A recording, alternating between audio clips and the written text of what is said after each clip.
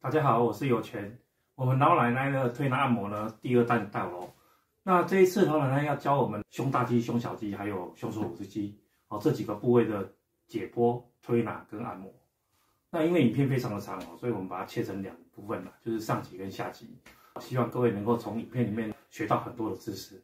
所以废话不多说，我们正片开始咯。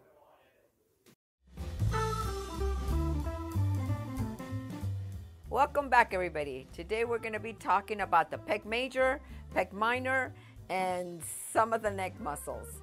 So let's get started and jump right on in. The pec major originates in the medial third of the clavicle, the sternal, and some of the costal, some of the ribs. So it originates, remember, always in the medial part, and then it goes to the humerus. Here's the attachment. And I've already done some skin rolling, before I started. So this muscle sometimes gets injured like with a bench press. This is more like athletes get injured. So you want to make sure and address it. Remember, address the origins. And this is nice that, that I have a male client.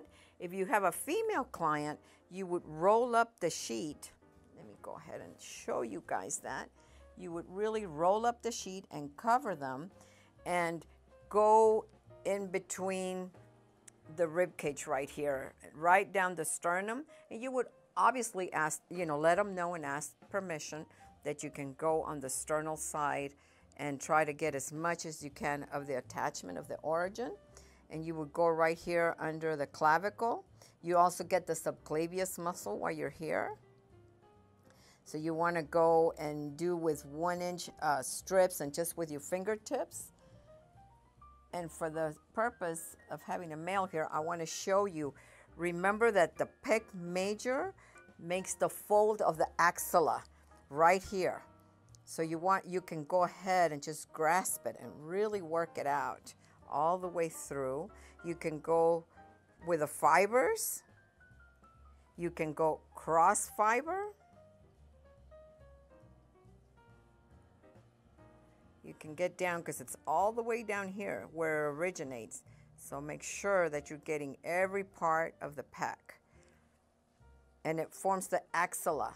Just like the lat forms the posterior axilla, the pec major forms the anterior axilla. And I can really feel the end of his pec here, and I can go underneath. I can also go underneath just with my fingertips. Go underneath the pec major and make sure you work the insertion. A lot of times this is really tight and tender, so you want to make sure and work all of the insertion here on this part of the humerus. Okay, you can do some from the bottom to the top, some effleurage, some petrissage, and some very detailed work. A lot of times clients have complained that they think they're having angina, which is a pain in the chest, and a lot of times it's not the heart, especially if it's on the right side. It is just really a trigger point in the pec. So you want to make sure and address that trigger point. You can put a little bit of pressure. Remember, you can hold it up to about 20 seconds, but no more than 20. And just work out that pressure point or trigger point if they have one. This is also very good to work on women that have had mastectomies. The whole breast is removed and then the pec is left and it's so damaged. It's so sensitive too. So it's very good to work on women after they've had a mastectomy to really work the pec major and be very gentle and easy because it is really sunken in and the muscle has just really been traumatized and it's a very traumatic. So you want to make sure and work this muscle really good from origin, belly to insertion. Now I'm going to go to that side. Okay, so now we are on the pec minor.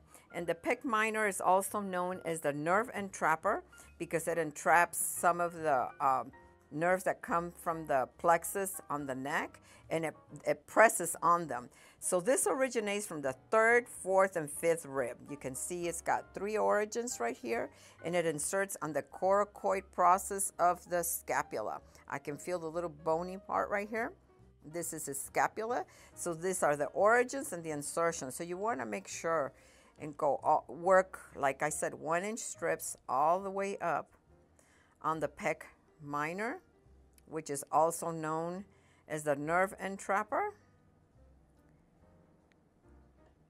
So a lot of times you need to go underneath the pec major to get to the origins. You can try to lift it up. And for sure you want to get the insertion right here. You can get on this side too and do 1-inch strips with your thumbs.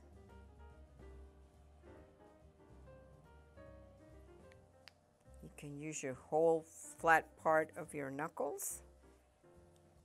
You can also use your flat part of your palms. And here you can also pinch, grasp the pec major.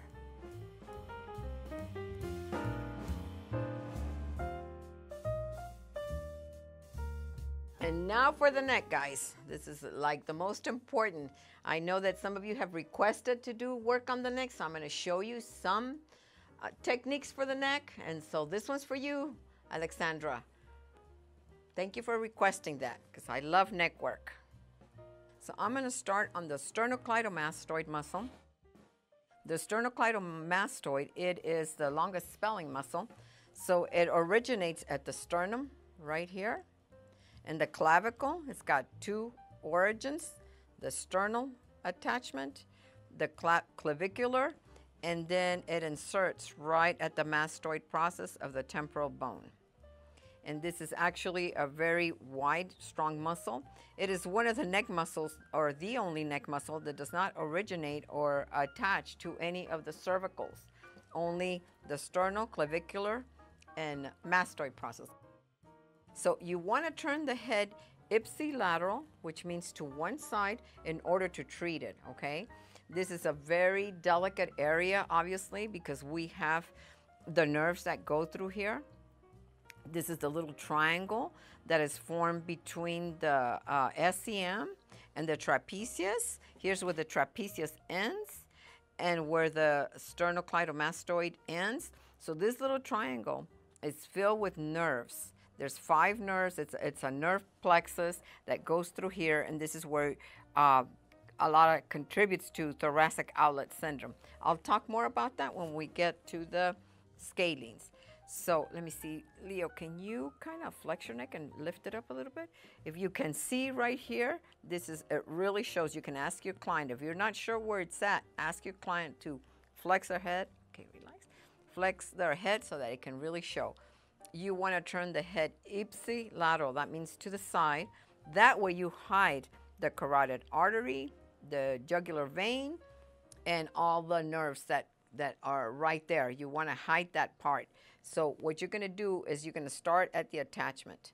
Okay, the origin right here on the sternum, the sternal notch, and the clavicular, the medial third of the clavicle. So you want to make sure and work the origins.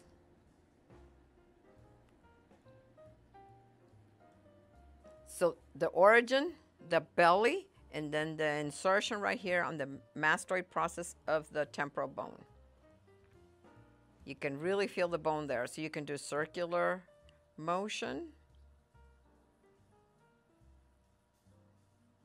And if you are going to work on the belly of the muscle, you turn the head ipsilateral and you're right on that muscle.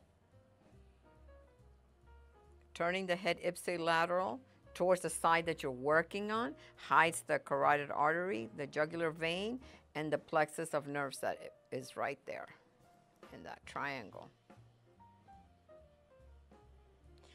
This muscle gets real damaged when people get in a car accident, like whiplash. This is one of the main ones that gets injured. So you want to make sure and work the origin, insertion, and the belly. And to do the belly, you do the money sign very carefully. Make sure you're on the muscle. If you feel a pulse, you stay off of it. Torticollis is also another injury that happens when you sleep wrong on your bed and you wake up with your neck all hurting, this is a very important muscle to work out. But make sure that the head is turned ipsilateral to the side to hide all the major artery and vein and nerves that go right through there. So this is the way that you can treat the SCM from origin to insertion, and make sure that you're only grasping the SCM. I'm on the belly, and you can usually find trigger points right here on the middle of the belly, especially if they've been in a car accident.